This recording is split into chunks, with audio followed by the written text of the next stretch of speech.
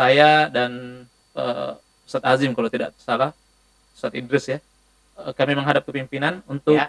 meluncing di Haskell ini secara resmi. Tidak ada cara pacaran yang menyehatkan, tidak ada cara pacaran yang benar. Ya. Jadi masya Allah nih kehidupan saya memang kalau bisa dikatakan tidak ada yang bisa lepas dari tujuh ya. Istri dapat dari tujuh. Menikah itu bukan solusi bagi anak muda.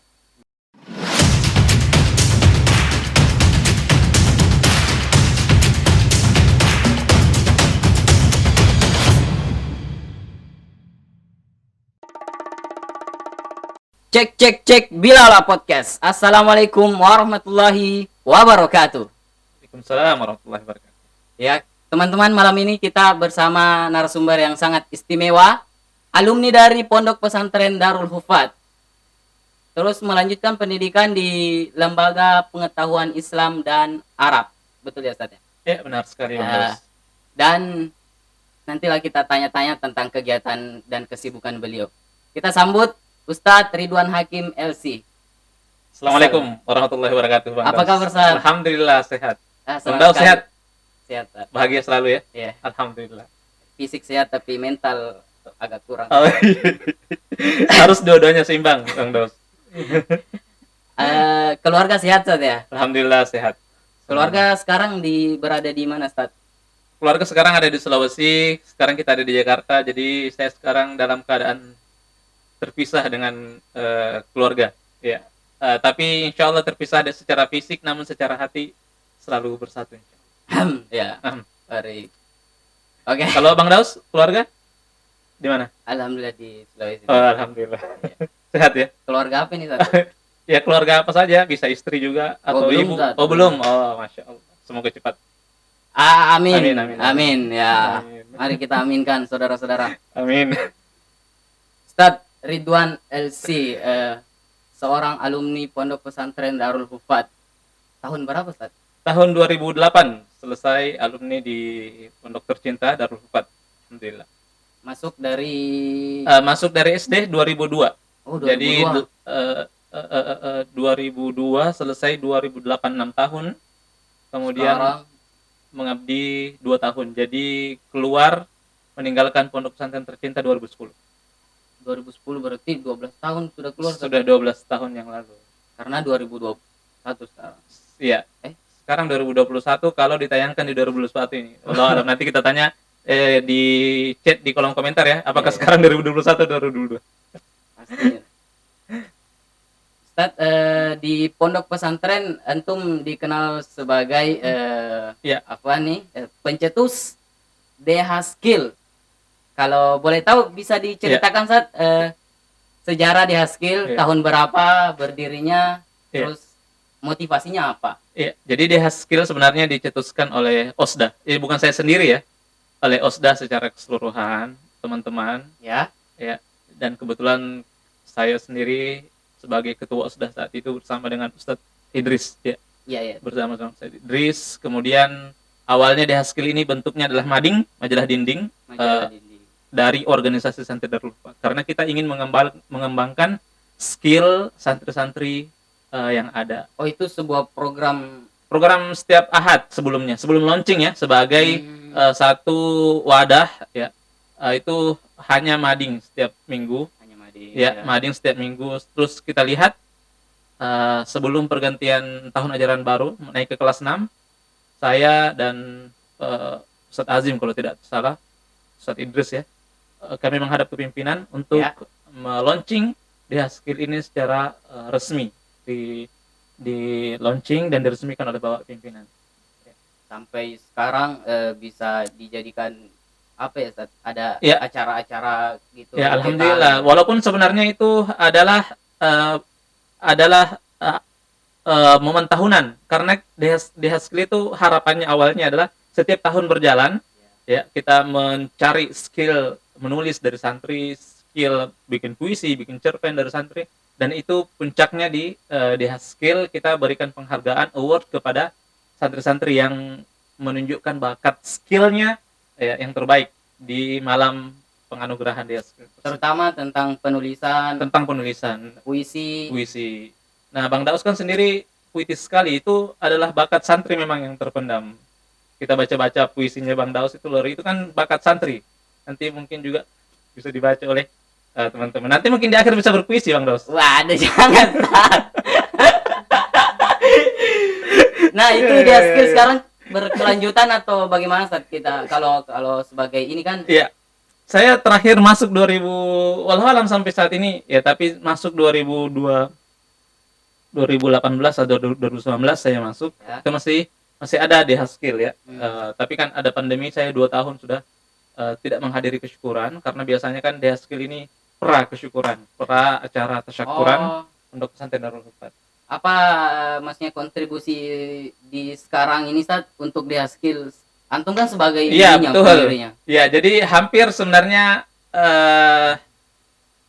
setiap tahun saya masuk di Pondok Pesantren Darul Hufat sebelum 2019 ya.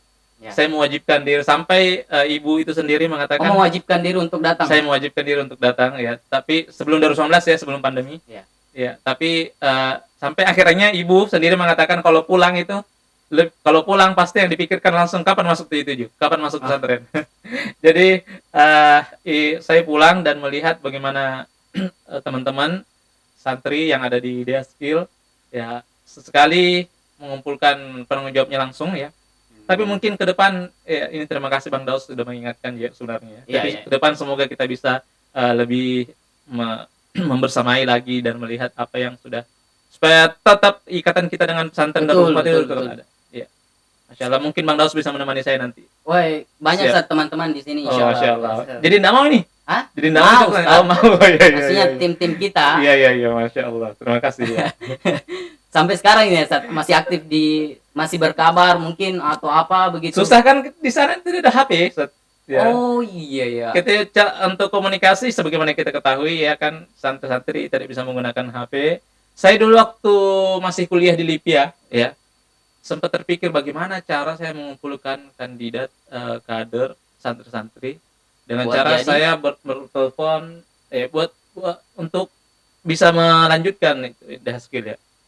Tapi bisa menelpon, dikumpulkan di suatu tempat, tapi kelihatannya agak sulit ya dengan tapi sekarang kan kita sudah ada Zoom dan lain sebagainya, mungkin kita bisa kembangkan di hari-hari ke depan. Demikian Bang. Tadi kalau misalnya tuh kayak sudah acara-acara tahunan begitu Ustaz, itu yang mengadakan itu siapa Ustaz ya? Kalau terkhusus Osda itu ya? Iya, terkhusus Osda. Jadi sampai saat Deaskill dibuat, sampai terakhir kali saya lihat ya, kita sendiri tahu ya, di Darul Hufat itu Masya Allah menggali skill santri-santri itu, skill kesenian, skill organisasi, itu dari kelas 4 Bang Dos ya. Yaitu acara panggung, lomba pidato, acara lomba pidato. Kemudian naik kelas 5. Nah, ketika ada skill kelas 5 itu memegang skill ini. Ya, kemudian kelas 6 chic show. Jadi ada 3 acara panggung setiap angkatan itu yang diorganisasi dibuat oleh santri-santri. Ketika mereka kelas 4 bikin lomba pidato, mereka panitianya. Ketika kelas 5 mereka bikin skill, mereka panitianya. Ketika kelas 6 mereka bikin chic show. Jadi 3 tahun itu. Ya, Masya Allah. Jadi bisa melahirkan para seniman-seniman ya, dan juga organisatoris ya di lapangan, di masyarakat. Nah ini teman-teman, kalau kalian tahu nih, mungkin adik-adik kita mungkin kurang yang tahu Ustaz, bro. Dia skill nih siapa yang diri ini ya? Ini nih orangnya nih Ustaz Ridwan. Bukan saya sendiri ya. Saat itu saya benar ya. Semoga menjadi amal jariah bagi saya dan bagi teman-teman yang amin. Di Osdah kami saat itu 2007 ya, sudah 2007 ya. Waktu pengabdian saat bagian biaya, bagian pengasuhan. Nah, terkenalnya dengan apa ya? Ustaz Ridwan itu wah tegas. Maksudnya kok dapat saya? Dapat. Oh iya. Terus. Jadi gitu. Wih, Ustaz Ridwan. Wah. Iya. Ya jadi pembawaannya itu ya bagaimana ya? Ya bagaimana pembawaan saya waktu itu? Masih ya. Waduh, Ustaz Ridwan, kalau Ustaz Ridwan ya kita harus apa? Iya. Gak berani lah. Jadi ada sistem pendidikan Ustaz sebenarnya di 77 yang kita sendiri ingin mengevaluasi itu ya. Ya. Bagaimana kita masuk menjadi saya pengalaman organisasi saya di 77 lumayan menarik, Bang Daus. Bisa cerita Ya, Ustaz. jadi saya masuk organisasi itu kelas 4. Kelas 4. Ya, Sebagai sebagai bagian syirkah. sudah Sebagai bagian dipercayakan koperasi. untuk Iya. pembantu koperasi. Pembantu koperasi saat itu.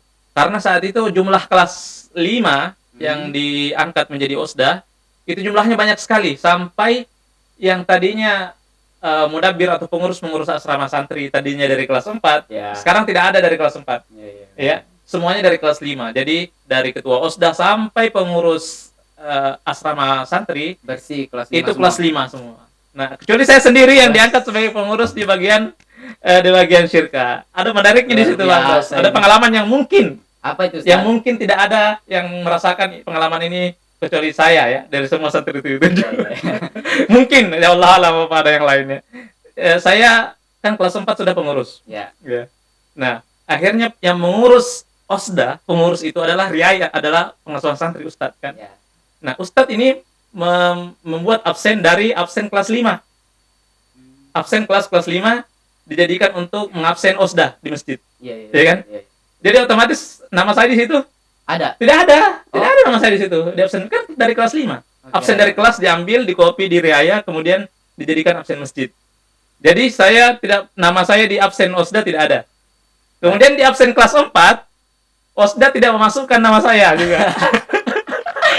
Waduh. Jadi di absen riaya saya tidak ada nama saya, dan di absen OSDA-nya, bagian taklimnya, bagian keamanannya, itu juga tidak ada nama saya. Laki sekali. Iya. jadi saya hampir tidak di luar kontrol saat itu selama 6 bulan, ya. Tidak ada yang mengontrol, riaya tidak mengontrol, ya. OSDA juga tidak mengontrol. Jadi bahan apa, Ustaz? Jadi bahan pelarian kalau di sana, Ustaz, ya. Bagaimana tanggapan teman-teman terhadap antum itu waktu itu? Ya tidak berselang setelah itu ya. 3 bulan 4 bulan setelah itu, yang cuma 4 bulan saya sendiri ya. Nah, diangkatlah dari teman-teman yang lain, pembantu bagian taklim.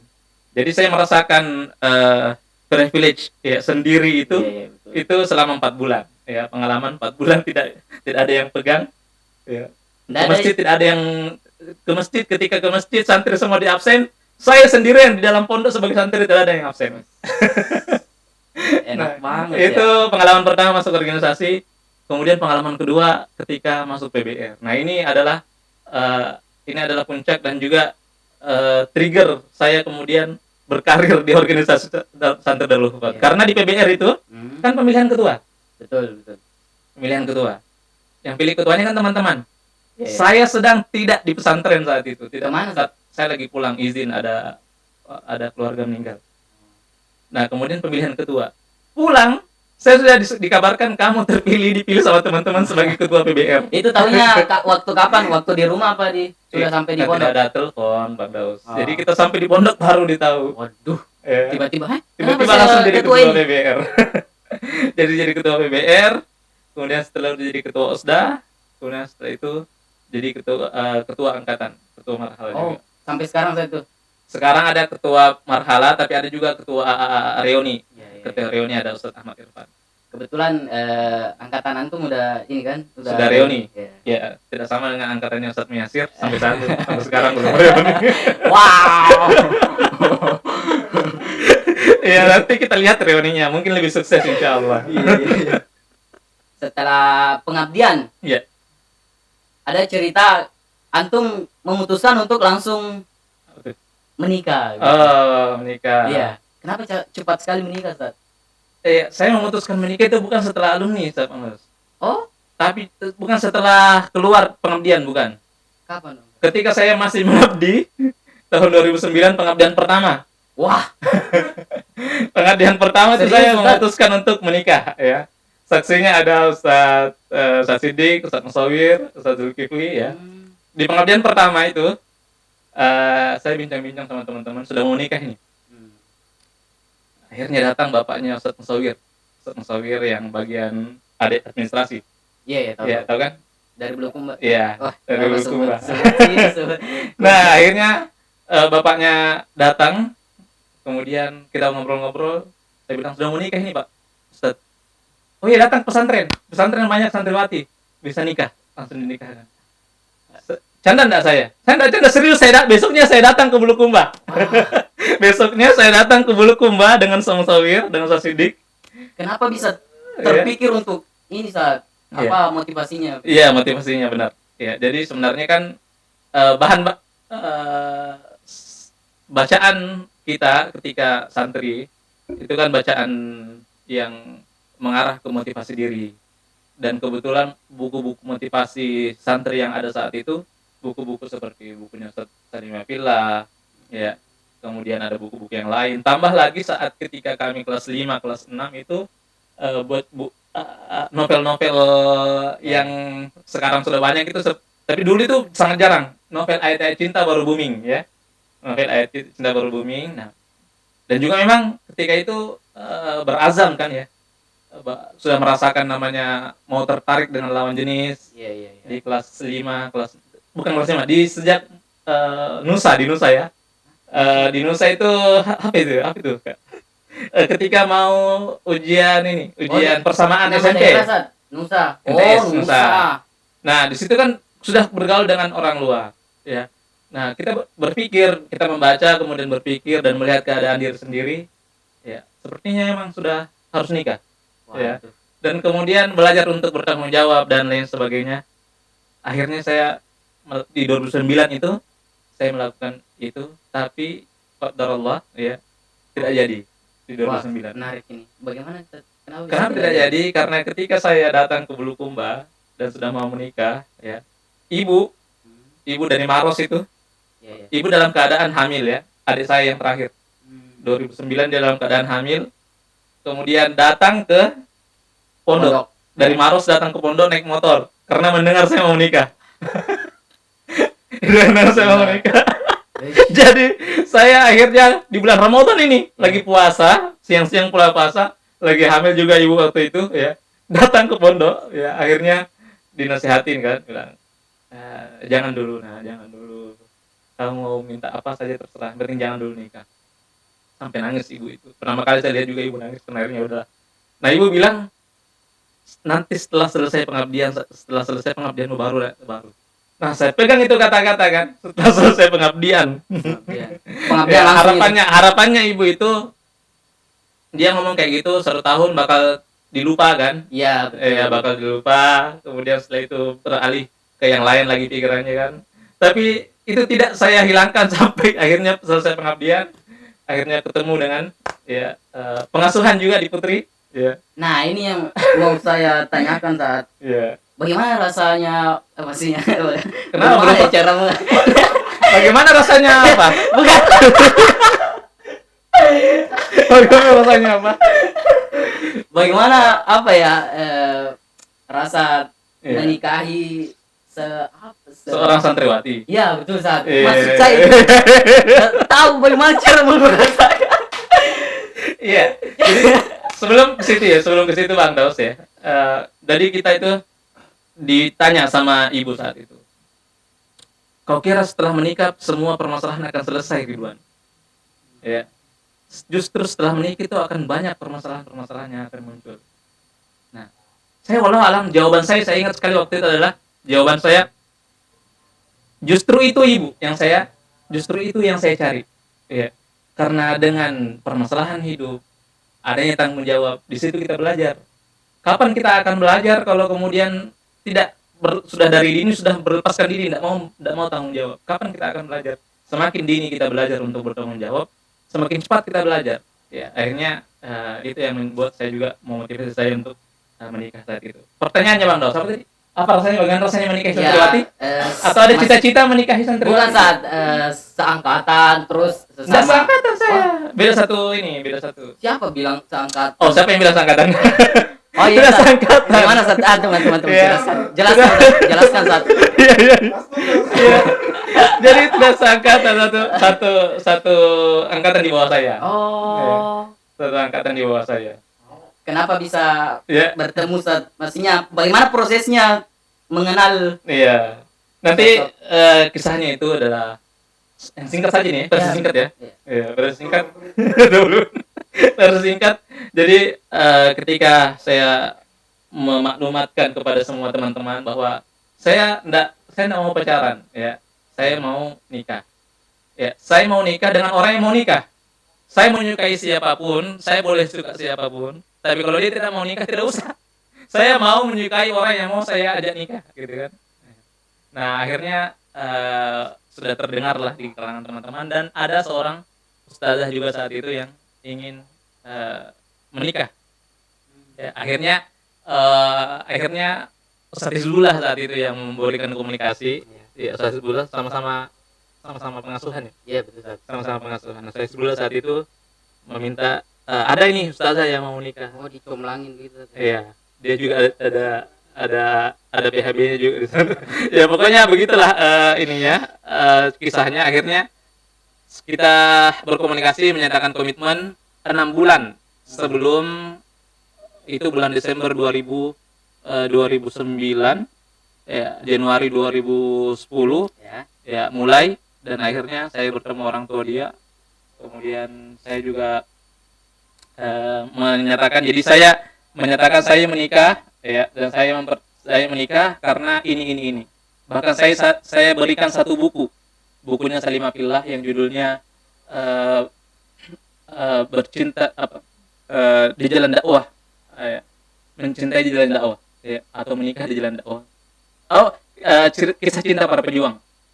Nah, buku itu saya kasih dan saya sudah baca buku itu dan saya katakan ini komitmen saya menikah. Ya, tolong dibaca. Kalau memang sudah oke, saya oke, ya udah kita adakan komitmen, kita maju sama-sama. Ya. Jadi saat itu ketika sudah membaca bukunya, saya turun ke Putri ya. Ini sebenarnya dosa yang terampuni insyaallah. Ya. Jadi saya turun ke bawah ke Putri, bawa biodata saya dan keterangan kenapa mau menikah dan siapa saya apa. Saya bawa dan saya taruh di amplop dan saya panggil Ustazah Ika Permatasari saat itu.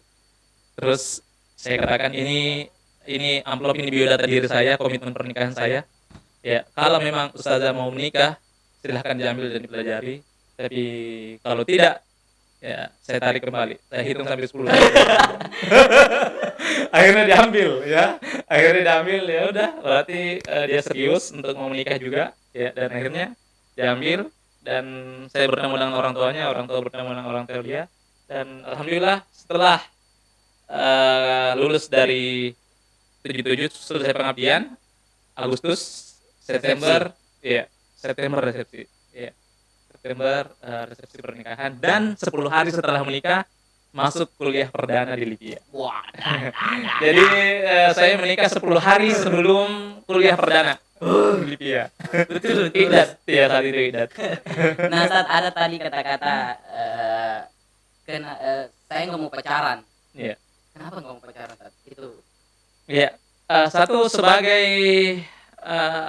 maklumat dan pengetahuan yang kita miliki saat itu, tidak ada cara pacaran yang menyehatkan, tidak ada cara pacaran yang benar ya.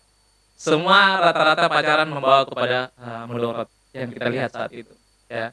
Saya tidak ingin menjustifikasi teman-teman yang memutuskan untuk pacaran, tetapi yang saya lihat saat itu adalah ketika orang sudah mau pacaran dan tidak berkomitmen untuk menikah, itu justru akan membawa kepada mudarat. Seperti itu, Mas Daus. Oke. Waduh, betul-betul ini narasumber kita banyak sekali cerita-cerita yang itu baru sampai 10 hari sebelum masuk Libya, betul. Iya. Pesan buat teman-teman yang mungkin yang berniat untuk pacaran atau masih jomblo, ya teruntuk teman-teman kita yang ada di sini. Iya. Terutama ketua kita yang ada di sini. Ada Ustaz Miasir juga. Bagaimana Bang Ilham juga. Apa pesan saat untuk kita ini? Iya. Saya saat itu berpikir bahwa solusi anak muda itu adalah menikah. Solusi anak muda adalah menikah. Tapi kemudian saya melihat perjalanan hidup ya, Dari itu 2010, kemudian sekarang 2021, 11 tahun, 10 tahun. Akhirnya saya berpikir bahwa bukan menikah itu bukan solusi bagi anak muda. Ya, menikah itu bukan solusi anak muda, tapi yang merupakan solusi adalah membentuk pemuda-pemuda yang siap menikah. Membentuk pemuda yang siap menikah. Apa perbedaannya, Bang Bas? Apa perbedaannya dengan solusi menikah dengan solusi membentuk pemuda yang siap menikah? Kurang. Jadi, kalau Saya ada jawaban, Ustaz, tapi kurang pede ya? Iya. Iya. Dikeluarkan saja. Jadi kalau menikah ya, siap tidak siap, ya orang dia akan menikah dan ada banyak sekali kasus ya orang yang menikah dini hanya karena sekedar tren atau kemudian karena lain sebagainya ya. Kemudian tidak bisa memperlihatkan tanggung jawab, tidak mau belajar. Jadi memang kalau orang menikah, komitmen yang pertama sekali itu adalah kalau kita mau menikah, kita komitmen kita mau belajar. Kita mau belajar selama kita sudah masuk pernikahan, komitmen kita saya mau belajar. Banyak hal yang belum saya tahu, saya mau belajar masuk pernikahan ini. Kalau tidak anak muda yang tidak siap menikah, dia tidak mau belajar. Ya, dia masuk, dia mau menikah saja, sudah setelah itu dia maunya enak-enak. Ya, seperti itu. Bukan Ya, maksudnya. masuk. Ya, banyak keenakan dalam pernikahan. Ya betul, nikmatnya. Ya, ada kenikmatan secara psikologis. Betul, Ustaz. Ya. Ada kenikmatan secara Salah. Kasar. dan itu perbedaannya ya. Itu perbedaannya. Lihat kenikmatan itu dua-duanya adalah kenikmatan. Betul ya. Saya maksud itu. Ustaz. Iya, dua-duanya ada orang yang pacaran itu mendapatkan kenikmatan psikologis. Dapat perhatian, itu kenikmatan psikologis. Ya, dapat rasa enaknya diperhatikan. Tapi perbedaan antara orang pacaran belum menikah dengan orang yang sudah menikah, yang satu nikmatnya itu tidak berlabel halal, yang satu pernikahannya berlabel halal. Itu saja perbedaannya. Ya. Untuk menjauhi maksiat. Ya. Jadi itu perbedaan kenikmatan. Tapi perbedaan yang lain juga adalah perbedaan tanggung jawab. Yang satu mau tanggung jawab, yang satu tidak mau tanggung jawab. Tapi tidak semua orang yang menikah itu akan mau bertanggung jawab. Ya. Itu yang saya bilang tadi, itu yang saya maksud tadi bahwa yang penting bukan pernikahannya, yang penting adalah membentuk karakter pemuda yang siap menikah. Ya. Dengar. Dan nanti kalau kayak Bang Ilham, Ustaz Yasir, itu karakter ustadz yang sudah siap menikah. Insya Allah itu sudah membentuk, sudah sampai target. Terkait dia mau menikah atau tidak itu terserah dia mau nikmatnya atau tidak mau mendapatkan nikmatnya, itu kembali kepada individu masing-masing. Ayo. Ayo. Ya, saya ada dulu senior Ya. masih masih jangan dulu saya mestinya masih ada di atas Ustaz. Oh gitu. Ya. Dan bagaimana saya waktu itu saya 2000 ini? Nah, saya mencoba untuk berpikiran apa? Berpikiran apa? Iya, mulai saya berpikiran begitu, Ustaz. Oh iya. Keringatan. Kalau kamu bilang alasan itu jadi bumerang bagi saya karena banyak senior saya yang kayu waktu itu. Ya. Itulah bedanya Ridwan sama saya. Iya. Kita beralih ke pembahasan lain, Ustaz. Oke, Ustaz Ridwan Hakim LC. Nah, aktif di lembaga kemanusiaan atau apa Ustaz? Spirit of SOA. Bagaimana bisa terjun di lembaga tersebut? Bisa diceritakan? Iya. Jadi Masya Allah nih kehidupan saya memang kalau bisa dikatakan tidak ada yang bisa lepas dari 77 ya. Istri dapat dari 77. Kemudian setelah itu juga masuk di Lipia, yang masukkan ke Lipia juga guru dari 77, Ustaz Muhammad Kayu dan Ustaz yang lain Guru-guru kita. Kemudian setelah itu akhirnya bergabung di SOA juga, itu juga melihat atau menjawab ajakan dari guru kita Ustaz Muhammad Kayu. Dan di sana juga ada alumni 77 juga Ustaz Baktiar Nasir. Ya. Jadi bisa dibilang lingkaran hidup saya ini ya 77. Jadi lingkaran hidup saya adalah 77. Memang Darul Hufat 77 memang dulu kalau saya. Kalau saya kan kita lari pagi ya. Kita lari dari samping rumahnya ini Pak Anies kan. Iya. Kemudian kita melihat gerbang. Kemudian kita melihat ke arah kanan ya. Kita melihat ke arah kanan, kan itu ada bangunan. Ya. Ya, itu memang ada saya ingat saya sempat itu berpikir apakah jodoh saya ada di balik bangunan ini? Us. Ternyata benar Bang Daus. Jadi mulai dari memikirkannya, ya. Jadi Bang Daus memikirkan mungkin melihat di sekitar tetangga sini, kanan kiri. Boleh Ustaz, enggak boleh Ustaz. Pandemi. Oh, pandemi. Ya. Justru pandemi jadi enggak boleh kemana-mana. Hai. Sekitar tetangga saja. Wes. Iya. Lewat ini Ustaz, apa? Oh, sekarang ada SMS, Betul. ya. Ada WA, Betul, Instagram. ya, ada Facebook. Zoom juga. Iya. Nah, beralih ke itu tadi Ustaz. Lembaga soal.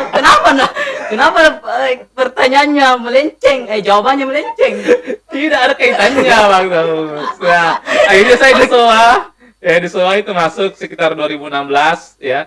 Jadi, teman-teman anak muda juga ya. Ya. Saya 2016 itu syariah semester 2 kayaknya, semester 3. Dipanggil sama Ustaz Umar. Ridwan datang ke sini. Datang ke sana. Datanglah saya. Tapi sebelum itu di LIPI ya, memang saya sudah terbiasa ke Akal Islamic Center yang ada di Tebet. Iya. Dan sebelum di Tebet juga ada di ada satu tempat saya lupa. Nah, di situ saya sudah terbiasa datang ke tempat pengajiannya Ustaz Bakhtiar, kemudian pengajian ustaz-ustaz yang lain. Iya. Jadi kelas tahun pertama, tahun kedua, tahun ketiga, tahun kelima saya di Jakarta di LIP ya. Memang saya mendatangi semua tempat pengajian ustaz-ustaz ya. Karena memang di situ nilai plusnya saya juga ada di Jakarta. Gitu. Saya pikir saya ada di Jakarta ya. Apa perbedaannya saya ada di Jakarta dan saya ada di Makassar kalau saya tidak memanfaatkan ya akses melihat para azatid mendapatkan ilmu langsung dari ustaz-ustaz.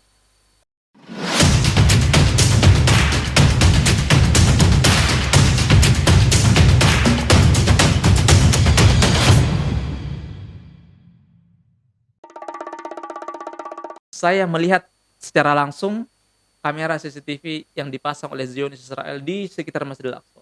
Yang selama ini cuma isu ya. Kita cuma baca dari artikel, saya lihat langsung. Kemudian yang kedua, saya lihat langsung saya masuk ke dalam kantor polisi Zionis Israel.